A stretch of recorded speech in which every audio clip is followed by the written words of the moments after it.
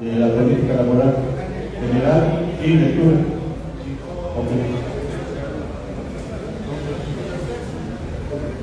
Entonces, nada más nos van diciendo qué documento es para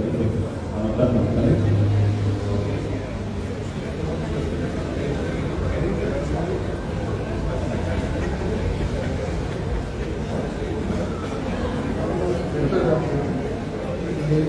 Otra vez, buenas tardes, compañeros. Derivado de esta situación que algunas mujeres, sobre todo en la unidad de Iztapalapa, lo titulé Violencia y Justicia Selectiva contra las mujeres trabajadoras de la unidad de Iztapalapa de la UAM.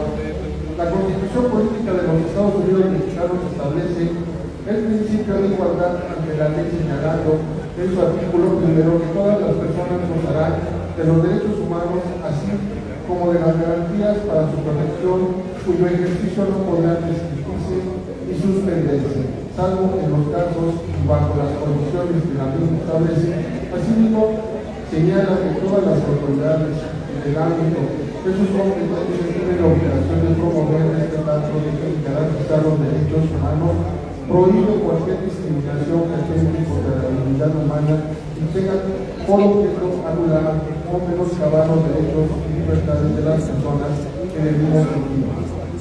En su artículo 4 señala que la mujer y el hombre son iguales ante la ley y que el Estado garantizará el goce y ejercicio del derecho a la igualdad sustantiva de las mujeres. Para lograr dicha igualdad sustantiva se requiere de la igualdad de trato de oportunidades, de la eliminación de la discriminación, del fortalecimiento de los derechos,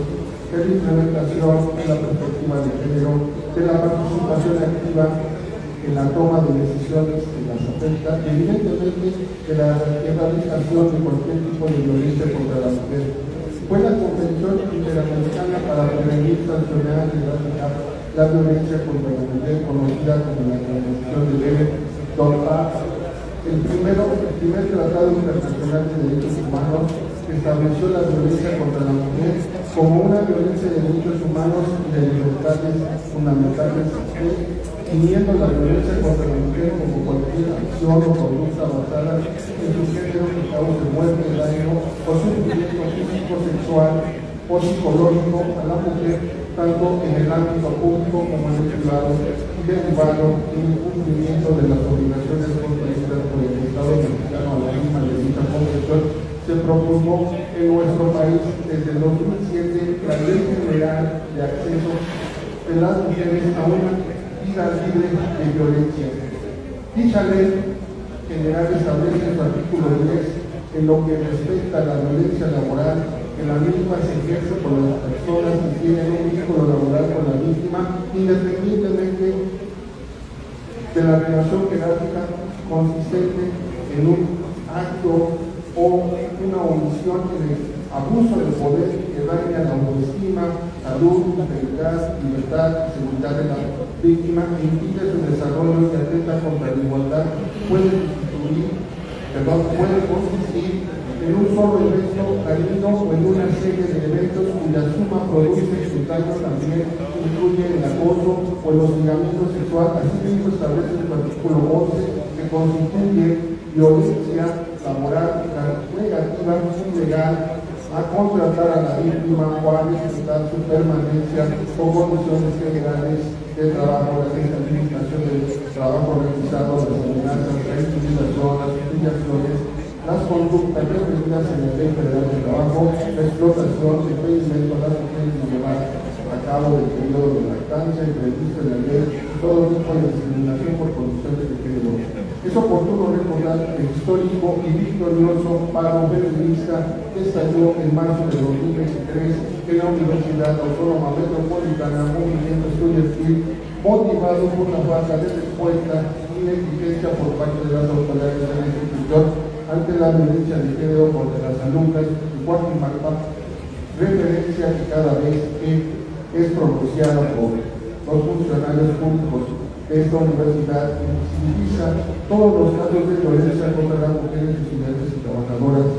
de la misma, ocurridos anteriormente y fueron ocultados por la estructura patriarcal. Todos sabemos que ese caso no fue el primero, pero sí que identificó un punto de inflexión en la lucha de las mujeres universitarias en contra de la violencia, en este caso y de todos los anteriores, surgió de las alumnas el grito de defensa propia, basta ya. Voy a concluir con esta parte y digo que los anteriores enfoques y principios, la debida diligencia que dicho protocolo se establece como la obligación de los órganos de instancias competentes, así como de las oficinas que atienden la violencia por razones de género de las unidades de atender, investigar y sancionar la violencia de manera oficiosa, oportuna, competente, independiente, imparcial, exhaustiva para garantizar el derecho a una vida. Que dicho principio regular debe guiar las actuaciones tanto de los órganos de instancias competentes como de las oficinas, concluyo que supuestamente atienden la violencia por razones de género en cada unidad universitaria. Y digo supuestamente porque particularmente la unidad para atender la violencia por razones de género de la unidad de Iztapalapa y en la Secretaría de Unidad respectiva se da la aplicación sesgada de los enfoques, principios y normas en materia de violencia de género. Se selecciona qué casos atender basándose no en la igualdad ante la ley, sino en criterios de interés del grupo al interior de dicha unidad Iztapalapa. Si la víctima es una trabajadora universitaria y el presunto agresor señalado por ella es un trabajador de confianza, a la trabajadora no se le da la calidad de víctima y se le obliga a la conciliación con su agresor. ¿Le suena conocida la historia? Se trata de justicia selectiva que atenta contra los preceptos constitucionales de igualdad ante la ley y de igualdad efectiva de las mujeres. Este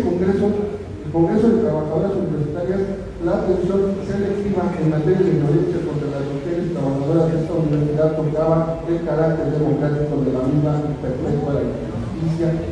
la discriminación y las desigualdades estructurales, impunidad, inequidad, corrupción derivadas y complicadas perpetúan la violencia contra las mujeres de la universidad que impiden la correcta y adecuada realización de las funciones sucesivas de nuestra universidad. Como establece la Declaración de Principios del Estatuto del Sindicato Independiente de Trabajadores de la Universidad Autónoma Metropolitana, para el sindicato puede realizar sus finalidades en procesos presentes pendientes respecto de las cuestiones universitarias, porque solo así será posible la defensa de los derechos de los trabajadores y las trabajadoras.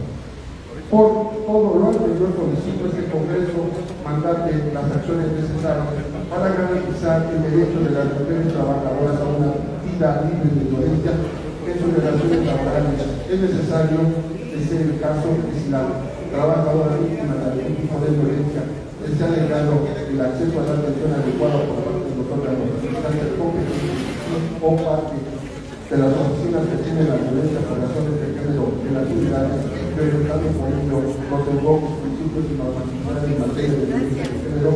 se convoque de manera inmediata agenda laboral con la presencia de la titular de la Secretaría General de la UAM y el titular de la Secretaría General de la UAM.